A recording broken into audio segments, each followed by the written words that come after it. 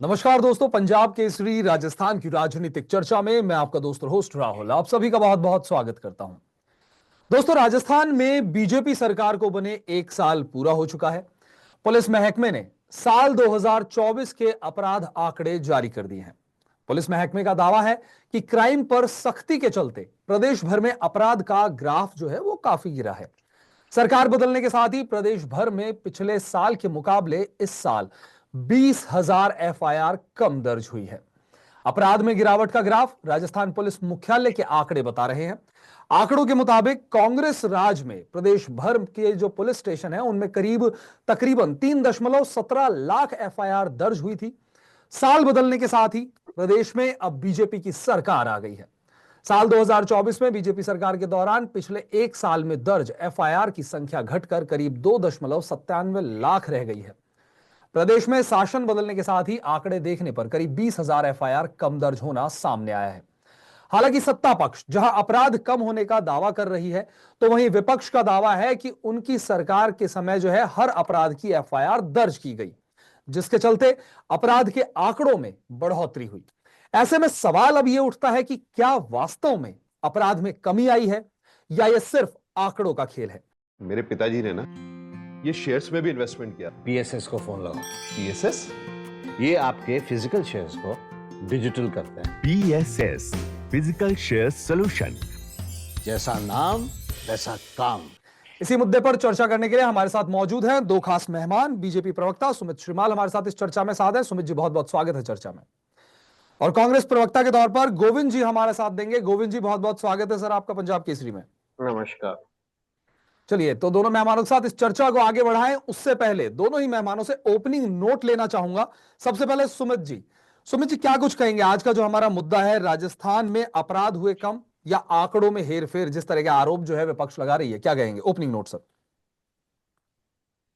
जी बिल्कुल। जब हम भारतीय जनता पार्टी 2024 में जो सरकार में आए, हम 23 के दिसंबर में, हमने पहले ही जो मैनिफेस्टो में कहा था, जिसको हम घोषणा पत्र नहीं कह करके संकल्प पत्र कहते हैं, कि राजस्थान में पूर्व के 2018 से 23 में जो स्थितियां बनी थी, और निश्चित ही जो 1 साल में हमने जो परिवर्तन देखा वो किसी भी क्षेत्र में, लेकिन जो आज का विषय है कि हम बिल्कुल जो अपराध का ग्राफ जो गिरा है, तो ये निश्चित जनता के सामने ये दिखता है। और आज जो रिपोर्ट बिल्कुल आप सभी के सामने बिल्कुल जो आई है, वो निश्चित ही पिछले 1 वर्ष में भजनलाल सरकार का जो रिपोर्ट कार्ड है वो सामने इसको दिखाता है।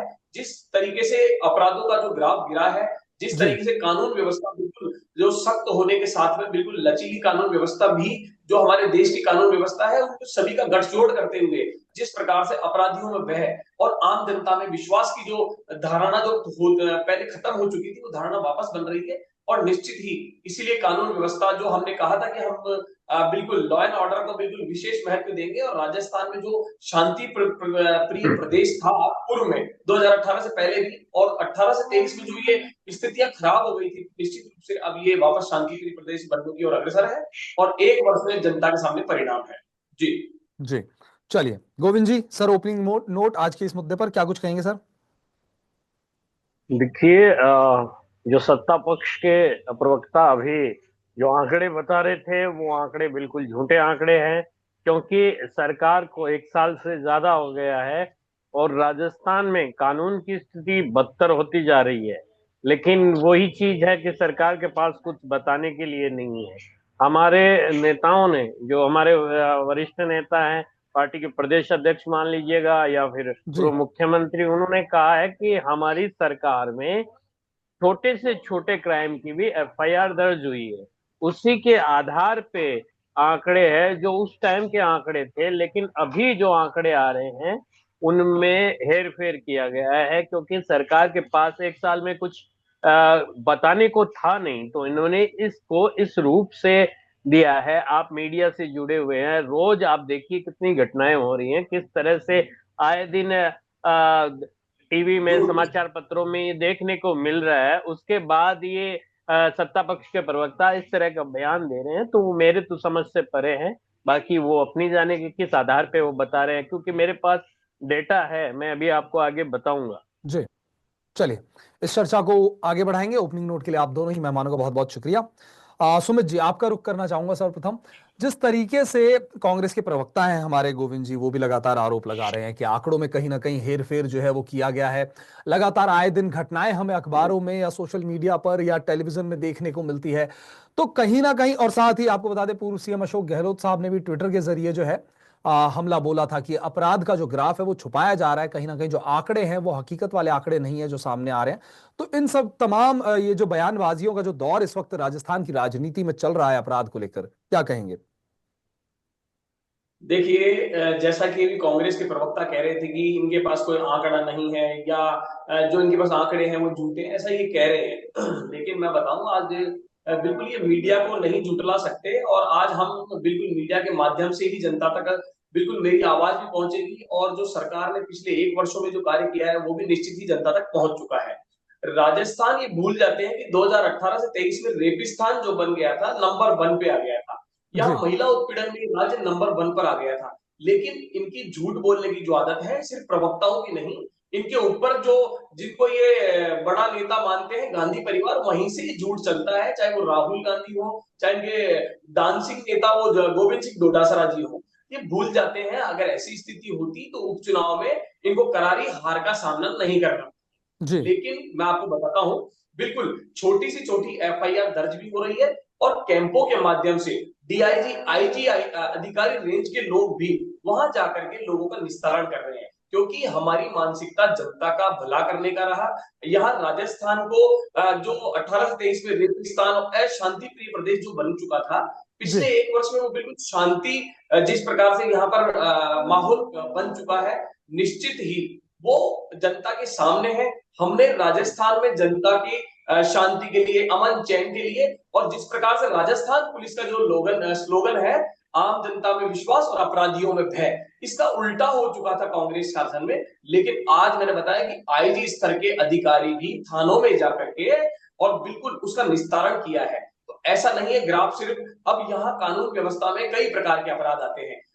वो हत्या का प्रयास, डकैती, ऐसे तमाम कई, चोरी वगैरह। लेकिन सभी अपराधों में जिस प्रकार से ग्राफ जो गिरा है, वो निश्चित ही भजनलाल सरकार की बिल्कुल अच्छाई को ये दर्शाता है। और राजस्थान की जनता ने इसका हमको बेनिफिट भी दिया, और इसका आशीर्वाद के रूप में भी 2-3 महीने पहले जो हमारे उपचुनाव हुए उसमें भी उन्होंने दिया।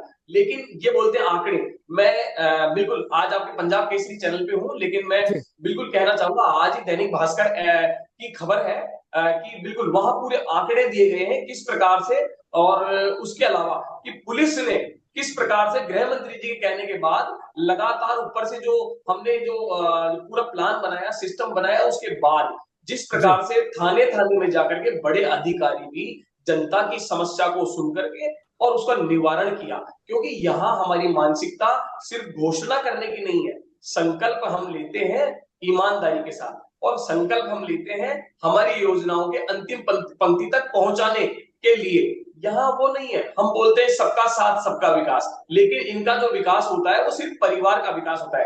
देखिए, मैं ज्यादा नहीं कहना चाहूंगा, लेकिन परिणाम वास्तव में आज जनता के सामने आए हैं। इसी को लेकर हम बैठे हैं, और हम आश्वस्त हैं, विश्वस्त हैं, अगले 4 वर्ष और सकारात्मक निकलेंगे। और 1 वर्ष में परिणाम जो दिए हैं, इसके लिए माननीय मुख्यमंत्री जी की जो मेहनत है, एक आम कार्यकर्ता जो कि मुख्यमंत्री बना है, इन सब चीजों के कारण ऐसा हो पाया है। जी जी, चलिए गोविंद जी, सुना आपने बीजेपी प्रवक्ता सुमित श्रीमाली ने जिस तरीके की बातें रखी कि आंकड़े जो है पुलिस मुख्यालय के आंकड़े हैं, वो उन्हें झुठलाया भी नहीं जा सकता।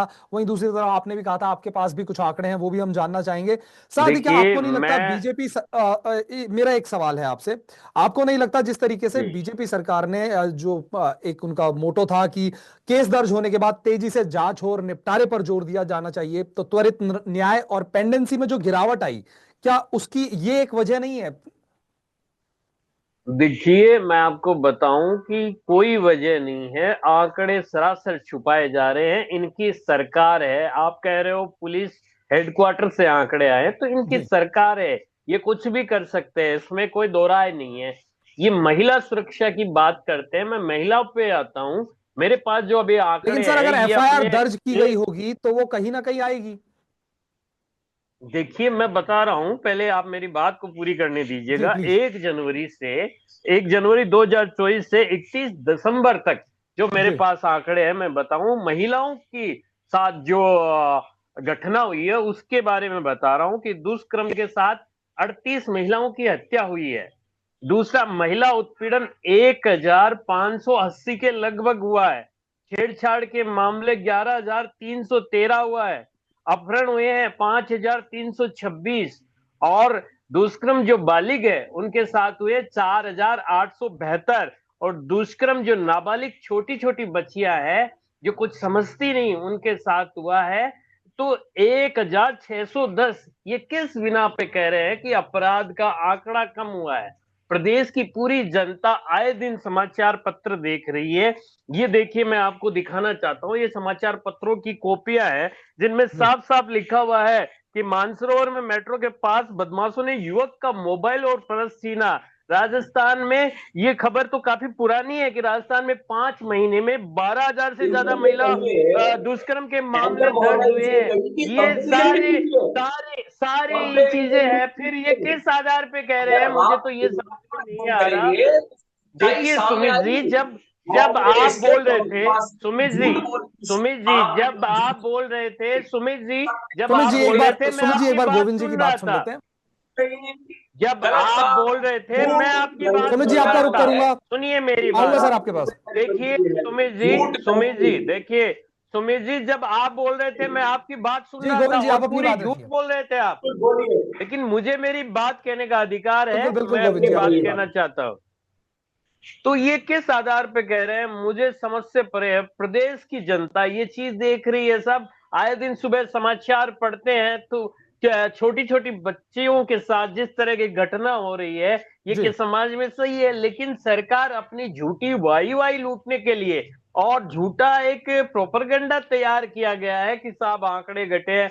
आंकड़े बिल्कुल नहीं घटे हैं, सच्चाई कुछ और है। आए दिन घटनाएं हो रही हैं, लेकिन सत्ता पक्ष अपनी नाकामियां छुपाने के लिए झूठे आंकड़े आम जनता के सामने और मीडिया के सामने पेश कर रहा है। तो इसमें कहीं कोई सच्चाई नहीं है और पूरी प्रदेश की जनता ये सब चीज देख रही है। आज देख लीजिएगा कि कानून की क्या स्थिति है। आए दिन सरेराह गुंडागर्दी बढ़ती जा रही है, जंगल राज कायम हो रहा है और ये कह रहे हैं कि हमने साहब इतना इतना कम कर दिया, ये कम कर दिया। कम नहीं किया, आप लोगों ने छुपाया है। कम करने की स्थिति होती तो आंकड़े इस तरह से नहीं आते, आज महिलाएं त्रस्त नहीं होती, आज प्रदेश में इस तरह की स्थिति उत्पन्न नहीं होती। लेकिन ये झूठ का तो एक गोविंद जी पुलिंदा आपका कहीं जो ना कहीं जनता ये के मानना सामने है कि पेश किया जा रहा एफआईआर है, दर्ज नहीं हो रही है, जी बिल्कुल नहीं हो रही है। बहुत उसके सी पीछे जगह क्या ऐसी वजह बहुत सी मानते हैं आप? घटनाएं आखिर आई हैं। क्यों एफआईआर दर्ज नहीं हो पा रही है? उसके पीछे वजह है प्रशासन, उसके पीछे वजह है सरकार, क्योंकि इस तरह की घटना इनको सरकार ने आदेश दिए हुए हैं, इनके मंत्रियों ने आदेश दिए हुए हैं कि हमें कम से कम आंकड़े दिखाने हैं। इसलिए वो वहीं पे उनको डराया जाता है, धमकाया जाता है कि अगर आप एफआईआर दर्ज कराओगे तो ये हो जाएगा, वो हो जाएगा। इसलिए कुछ बेचारे जो अनपढ़ लोग हैं, जो समझते नहीं है, जो इस लाइन से नहीं जुड़े हुए हैं, जो कानून के जानकार नहीं है, वो लोग बेचारे अपराध को सह रहे हैं, अपराध को वो स्वीकार कर रहे हैं, लेकिन इसके लिए प्रशासन और सरकार जिम्मेदार है। जी लेकिन गोविंद जी जी जिस तरीके की बात आप कह रहे हैं कि पुलिस वाले जो है डराते हैं धमकाते हैं ताकि एफआईआर दर्ज ना हो सके, तो इस तरीके के आरोप तो पुलिस महकमे के ऊपर जो है वो कांग्रेस सरकार के दौरान भी लगे थे। देखिए, कांग्रेस सरकार के जो भी आरोप लगे थे जी उसमें हमने सुधार किया था और हमारे मुख्यमंत्री जी मीटिंग के जरिए रिव्यू लिया करते थे कि प्रदेश की कानून को लेकर क्या स्थिति है, कैसी स्थिति है, और जहां उन्हें कमजोरी लगती थी उसको वो दुरुस्त करते थे। उन्होंने जिस तरह से एफआईआर का दायरा बढ़ाया, उन्होंने जिस तरह से महिलाओं के लिए जो महिला हेल्प डेस्क की जी स्थापना की, ये सब चीजें हैं। लेकिन इनकी सरकार को तो सब आपसी खींचतान और एक साल का जश्न मनाने के सिवाय कोई काम ही नहीं है। आप बताइए मुझे, इन्होंने कितनी बार कैबिनेट की मीटिंग बुलाई और कितनी बार इन्होंने उसे स्थगित किया? तो ये बड़ा चिंताजनक विषय है। मेरे सत्ता पक्ष के साथी को ये स्वीकार करना चाहिए कि बिल्कुल हमने एक साल में कुछ नहीं किया है और जनता को बताना चाहिए कि हमसे गलती हुई है। इन्हें ये स्वीकार करना चाहिए और जो 4 साल लेकिन इनके गोविंद पास है उसमें इन्हें अच्छा काम जी करना चाहिए। गोविंद जी, जहां आप एक तरफ अपनी सरकार की वाहवाही कर रहे हैं कि पूर्वकालीन जो सरकार थी उसने बहुत महिलाओं के लिए बहुत काम किया, आम जनता के लिए बहुत काम किया, लेकिन फिर भी जनता ने नकार दिया। 5 साल काम करने के बावजूद जनता ने आपकी सरकार को नकार दिया। देखिए देखिए जी जनता जनार्दन है, ठीक है, जनता का फैसला सिरोधार्य है। और मैं ये नहीं कह रहा कि जनता ने हमें नकारा, बिल्कुल जनता ने जो जनमत हमें दिया वो सहज स्वीकार है, हमने उसे स्वीकार किया है। लेकिन कानून के मामले में जो अपराध का आंकड़ा है जी उसको हम ये नहीं कह सकते कि इस वजह से हमारी सरकार कुछ नंबर से रह गई है। बहुत सी कुछ खामियां अगर रही है तो उसकी हमारे संगठन में काफी चर्चाएं हुई है, उसको दुरुस्त किया गया है। जी और कमियां किसमें नहीं होती, कमियां सब में होती है। तो आप इस चीज को लेकर पूर्ववर्ती कांग्रेस सरकार को टारगेट नहीं कर सकते कि साहब इस वजह से कांग्रेस सरकार नहीं आई। चलिए, जी सुमित जी, आपने सुना गोविंद जी को, आप भी कुछ कहना चाह रहे थे, अपनी बात भी रखिए। साथ ही मेरा एक सवाल है कि पिछले कुछ समय से ये रंगदारी के जो मामले हैं ये राजस्थान में बहुत देखने को मिले। डराया धमकाया जाना, रंगदारी के मामले लगातार सामने आ रहे हैं, आए दिन अखबारों में भी हम लोग पढ़ ही रहे हैं। और साथ ही साथ फायरिंग की भी कई घटनाएं हुई। जयपुर के अंदर कुछ क्लब्स है जिनमें फायरिंग हुई, ओपन फायरिंग भी हुई। कई बड़े नामी लोग हैं जिनके घरों में घुसकर उनको गोली से मार दिया गया। तो ये भी तमाम घटनाक्रम जो है हमने देखे हैं आप ही की सरकार के कार्यकाल में। क्या कुछ कहेंगे? देखिए, बिल्कुल सबसे पहले तो मैं कहना चाहूंगा कि बिल्कुल कांग्रेस के प्रवक्ता ने अपनी कमी को स्वीकार कर लिया। इन्होंने कहा कमियां होती हैं इसलिए जनता ने नकार दिया। जी चलो ये इस हद तक तो झूठ नहीं बोल पाए, लेकिन क्योंकि झूठ बोलते कैसे, क्यों नकार तो सबके सामने दिया। अभी इनके पास ये स्पेस, झूठ वाला जो स्पेस बचा है, ये ऐसे भूल जाते हैं मेरे पास भी आंकड़े हैं कि ये इन्होंने जो आंकड़े बताए, ये आंकड़े आप देखिए किस प्रकार से कि इन्होंने कंपैरिजन भी किया, इन्होंने तुलनात्मक अध्ययन नहीं किया। इन्होंने जी बताए कि लूट के मामले कितने हो गए, हत्या कितने हो गई, प्रयास कितने हुए, चोरी के मामले, लेकिन ये नहीं बताया इन्होंने कि 2022-23 में वो आंकड़े क्या थे और 2024 भजनलाल सरकार आने के बाद वो आंकड़ों में कितनी कमी आई। आप देखिए लूट के जो मैंने मामले लूट के आंकड़े नहीं बताए, मैंने सिर्फ महिलाओं पे जो अत्याचार हुआ है वो बताए हैं। सत्य सुनने का मादा होना चाहिए, झूठ बोलने से काम नहीं चलता। ये आपके ऊपर के जो आप जिनको बोलते हैं आला कमान, वो आला कमान वहां से झूठ बोल रहे हैं। लूट के जो आपके समय पे 165 मामले एक वर्ष में हुए थे, वो इस बार सिर्फ 125 रह गए।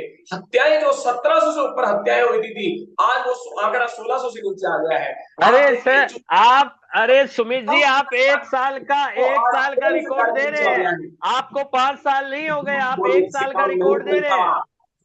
से काम नहीं चलता। गोविंद जी, सुमित जी को अपनी बात रखने दीजिए। जी सुमित जी। बोलने से क्या होगा?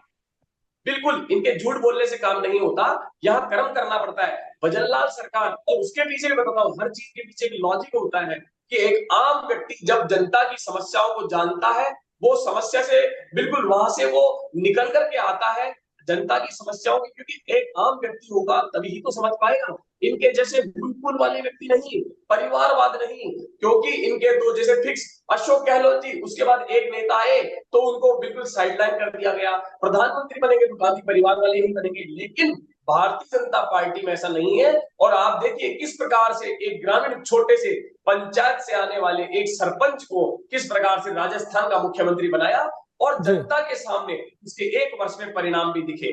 जिस प्रकार मैंने आपको बताया, चोरी के मामले घटे, प्रयास के मामले, जो हम हत्या का प्रयास के मामले घटे, हत्या के मामले घटे, लूट के मामले घटे, और जनता बिल्कुल फैसला देती है। मेरा इनसे प्रश्न है, लेकिन जनता फैसला कैसे देती है? जनता फैसला परिणाम देकर के देती है। आपको जनता ने इसलिए भार किया था क्योंकि राजस्थान रेगिस्तान बन चुका था। हत्या लूट के मामले में, महिला उत्पीड़न के मामले में, बलात्कार के मामले में राजस्थान नंबर 1 बन चुका था। आपको सोचने चाहिए, लेकिन कम से कम झूठ तो मत बोलिए।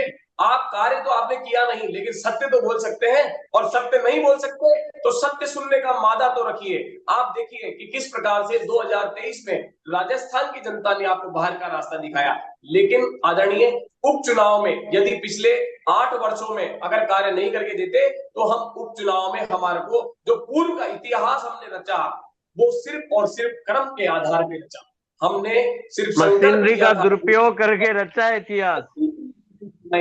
हमने संकल्प लिया था जन जन तक पानी पहुंचाएंगे, हमने संकल्प लिया था हम किसानों का सम्मान बढ़ाएंगे, हमने संकल्प लिया था हम किसानों को दिन में बिजली देंगे, हमने संकल्प लिया था कि हम गरीबी की सिर्फ बातें नहीं करेंगे और काम करके देंगे। हम राजस्थान में हमने संकल्प लिया था कि राजस्थान जो सूखा प्रदेश है, वो सूखे प्रदेश की जो छवि है उसको हम खत्म कर देंगे।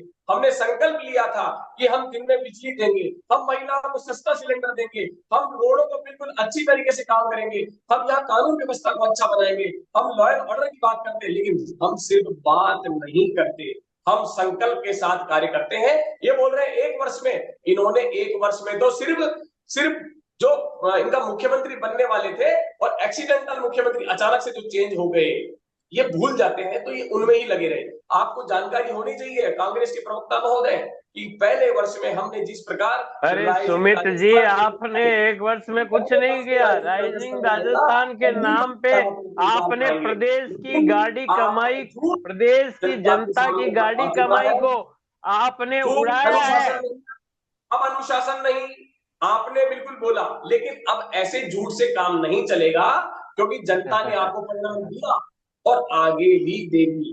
देखिए जिस प्रकार से एक वर्ष में भजनलाल सरकार ने कार्य करके दिया है, लॉ एंड ऑर्डर की स्थिति आज राजस्थान में बिल्कुल मजबूत बन चुकी है।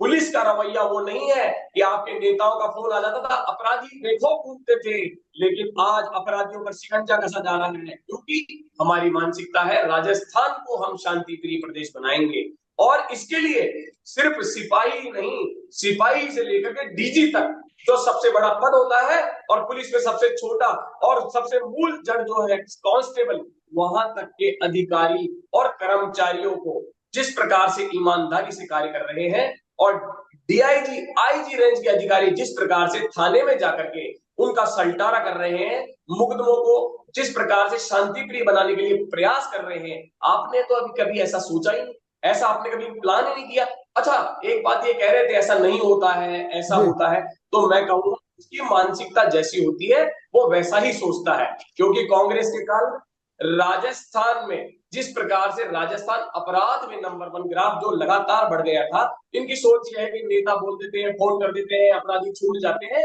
लेकिन प्रधानमंत्री नरेंद्र मोदी जी के शासन में जिस प्रकार से 10 वर्षों में देश का अपराध का ग्राफ गिरा है। अरे सर, आप कहाँ बोल रहे हैं, क्या बोल रहे हैं, आपको पता भी है प्रदेश की स्थिति देखिए। तो आपने ये जो सरकार का ओरा बना रखा है उससे बाहर निकलिए, प्रदेश की जनता के हालात देखिए, ऑफिस से बाहर निकलिए। अपना कार्य कर रहे हैं, अब झूठ बोलने से काम नहीं पड़ेगा, क्योंकि एक आम व्यक्ति, एक सरपंच जैसा प्रदेश की जनता के लिए आपने एक साल में एक भी काम नहीं किया है, एक भी काम नहीं किया है। आज प्रदेश की स्थिति बड़ी खराब है, आपने युवाओं को रोजगार नहीं दिया, आप महिलाओं की सुरक्षा करने में नाकाम रहे, आपने प्रदेश में किसानों को जो वायदे किए थे उसमें आप असफल रहे, किसानों को बिजली समय पे नहीं दे पा रहे हो, किसानों को खाद नहीं मिल रहा है, बीज नहीं मिल रहा है, क्या बात कर रहे हो आप खाली वो पढ़ रहे हो जो आपको लिखी हुई आई है, वो बातें बोल रहे हो आप, क्योंकि प्रदेश की स्थिति जानने के लिए आपको जाना पड़ेगा। मैं बता रहा हूँ, आप वही बोल रहे हैं जो लिखा हुआ आपको मिला है। प्रदेश की स्थिति जानने के लिए आपको लोगों से मिलना पड़ेगा। कानून व्यवस्था इतनी खराब है कि राज्यपाल संविधान पद पे है। मैंने खुद ने पहली बार देखा है कि राज्यपाल अधिकारियों की बैठक ले रहे हैं। क्या ऐसी आन पड़ी कि राज्यपाल को अधिकारियों की बैठक लेनी पड़ रही है, बताइए आप।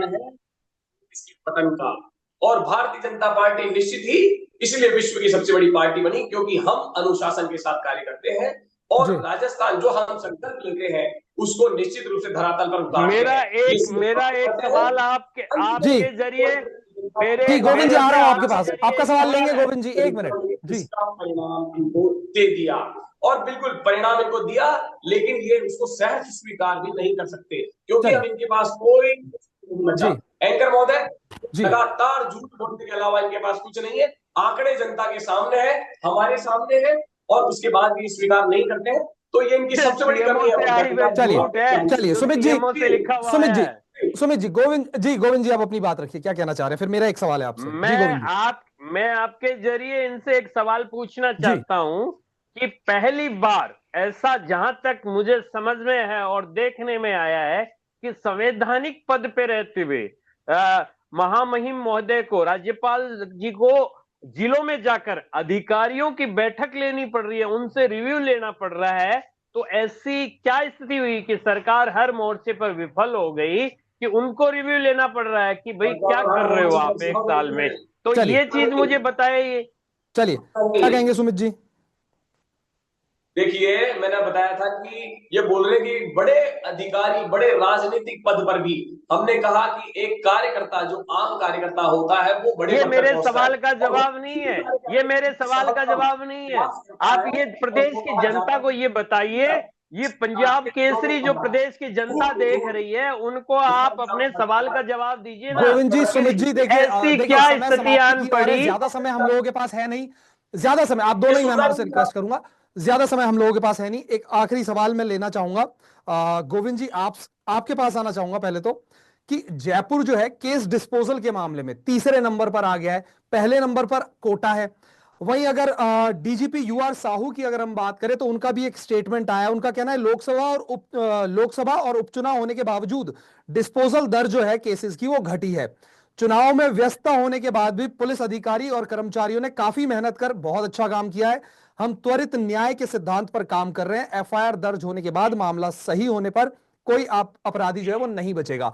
ये जो है ये डीजीपी यूआर साहू का भी बयान, स्टेटमेंट आया है इन आंकड़ों के बाद ही, क्या कहेंगे? देखिए, मैं आपको बार बार कह रहा हूं, सरकार इनकी है, पुलिस इनकी है, अधिकारी इनके है, बयान कुछ भी आया हो, लेकिन प्रदेश की जो मैं स्थिति है केस खुद आपके डिस्पोजल पे बात सामने कर रहा हूं दिख सर। रही है। केस नहीं, डिस्पोजल दर वो जो केस है डिस्पोजल की मैं वही जी, वही कह रहा हूं, मैं वही कह रहा हूं एक समय कि ऐसा होता था कि जिनका पुलिस में जो अगर केस फाइल हो गया तो वो केस अब कितना लंबा जाएगा, कब तक खींचेगा, कोई अता पता नहीं रहता था। देखिए, वो केस की स्थिति और परिस्थिति देखी जाती है, वही जी स्थिति आज है। कानून में कोई बदलाव नहीं हुआ है, जी, कानून में कोई बदलाव नहीं है, वही स्थिति है। जांच होती है, फिर जो बिल्कुल। आरोपी होता है उसको सजा होती है, तो क्या पूरी वो आपको नहीं की लगता वो वो स्थिति जांच है, अब एक कोई एक जल्दी बदलाव नहीं है। प्रोसेस होने लग गया वो जांच का?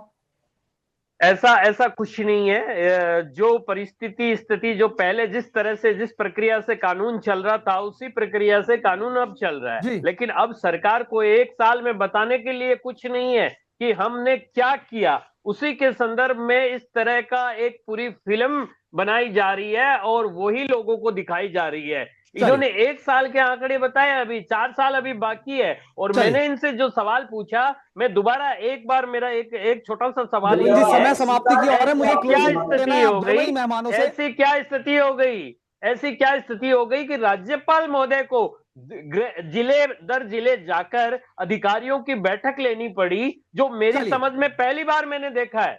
चलिए, गोविंद जी और सुमित जी, समय जो है वो समाप्ति की ओर है। सबसे पहले सुमित जी आपका ही रुख करना चाहूंगा। गोविंद जी को आपने सुना, कई आरोप भी इन्होंने इस दौरान लगाए, डिस्पोजल दर को लेकर भी इन्होंने अपनी बात रखी, क्या कहेंगे? और साथ ही क्लोजिंग नोट भी रखिएगा सर प्लीज। जी बिल्कुल। सबसे पहले तो मैं कहना चाहूंगा कि इन्होंने फिर दोबारा अभी लास्ट में जब ये फंस चुके हैं तो इन्होंने स्वीकार कर लिया कि अभी तो 1 वर्ष हुआ है। हम 1 वर्ष में, हम भूतो न भविष्यति, हम वर्तमान की बात करते हैं। हम सत्य संगठन के साथ में हैं।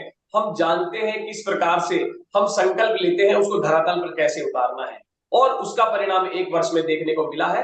और इन्होंने शहर से उसको स्वीकार भी बहुत कर लिया। अच्छा मिला है ना परिणाम, प्रदेश पूरा त्रस्त है। हमने निश्चित ही 1 वर्ष के सफलतम कार्य को हमने बिल्कुल अंजाम दिया और 1 वर्ष निकला। देखिए, लेकिन अगले 1 वर्ष जो अच्छा निकला है तो निश्चित ही 4 वर्ष को अच्छे ही इस प्रकार से सकारात्मक और कानून व्यवस्था को लेकर के, बिल्कुल जो राजस्थान रेपिस्तान बन चुका था अशोक गहलोत की सरकार में, आज वो निश्चित ही, लेकिन इनको सत्य को सुनने का मादा होना चाहिए। जिस प्रकार से अपराध का जो ग्राफ गिरा है, वो ग्राफ लगातार और गिरेगा और राजस्थान निश्चित भूषणलाल सरकार के नेतृत्व में अमन शांति के लिए और आगे बढ़ेगा। चलिए गोविंद जी, क्लोजिंग नोट सर आज के इस मुद्दे पर। देखिए, सबसे पहली बात तो ये है कि प्रदेश की सरकार हर मोर्चे पर विफल रही है। चाहे वो कानून व्यवस्था को देख लीजिए, चाहे युवाओं को रोजगार देने को देख लीजिए, या इन्होंने जो वादे किए थे महिलाओं को सुरक्षा देने की इन्होंने बात की थी, उन सब पे ये विफल रहे हैं। पेपर लीक अभी ताजा हुआ है, अजी अभी ताजा हुआ है आपका, अरे अभी ताजा हुआ है पेपर लीक। अरे किस मामले में बात कर रहे हो? अभी पेपर लीक हुआ है कल ही, क्या बात कर रहे हो आप? आपको जानकारी नहीं है आपकी सरकार आपको सिर्फ आपकी सरकार की जो बढ़ाइयां है, जो आपको लिख के सीएमओ से आया है, वही बोल रहे हैं आप। पेपर लीक अभी हुआ है, कल ही हुआ है पेपर लीक, आपको पता नहीं है? आपको पता है कल पेपर लीक को लेकर किस पे एफआईआर दर्ज हुई है, किस चीज का पेपर लीक हुआ है? आपकी जानकारी में नहीं है, आपकी सुमित जी, जानकारी गोविंद में जी, नहीं है बिल्कुल भी। सुमित जी, गोविंद जी, आप दोनों ही मेहमानों का, देखिए समय जो है वो समाप्त हो चुका है। आप दोनों ही मेहमानों का इस चर्चा में हमारे साथ जुड़ने के लिए बहुत बहुत शुक्रिया। तो दोस्तों, राजस्थान में अपराध के जो आंकड़े हैं वो पुलिस महकमे की ओर से जारी किए गए, पुलिस मुख्यालय की ओर से जारी किए गए, जिसमें बताया जा रहा है कि करीब 20,000 एफआईआर जो है वो कांग्रेस सरकार के कार्यकाल के बजाय बीजेपी सरकार में कम दर्ज हुई है, यानी अपराध जो है वो घटा है। साथ ही अगर बात करें पेंडेंसी रेट की या डिस्पोजल रेट की, केस फाइल्स की, तो वो भी, उनमें भी जो है स्पीडी, कुछ तेजी देखी गई है। निपटारा जो है केस फाइलों का वो जल्द से जल्द पुलिस ने किया है। ये भी एक बड़ी बात निकल के सामने आई है उन आंकड़ों में। हालांकि अगर जयपुर की बात करें तो जयपुर जो है केस डिस्पोजल के मामले में तीसरे स्थान पर है, पहले स्थान पर कोटा अभी भी बना हुआ है। और अगर बीजेपी की बात करें तो बीजेपी सरकार जो है, राजस्थान में आए हुए 1 साल पूरा हो चुका है बीजेपी सरकार को। क्राइम पर कहीं ना कहीं लगता है, इन आंकड़ों को देखकर लगता है कि कहीं ना कहीं सख्त रुख जो है वो बीजेपी सरकार अपना रही है, लेकिन वहीं कांग्रेस जो है इन आंकड़ों को दूसरी तरफ झुठला रही है। उनका यह कहना है ये सरकार के द्वारा पोर्ट्रे किए गए आंकड़े हैं, इनमें बहुत ही घालमेल और हेरफेर जो है इन आंकड़ों में किया गया है। अब आखिर सच्चाई कितनी है यह तो वक्त आने पर सभी के सामने आ ही जाएगा, लेकिन फिलहाल के लिए इस चर्चा में इतना ही। मुझे और हमारे दोनों मेहमानों को दीजिए इजाजत। नमस्कार।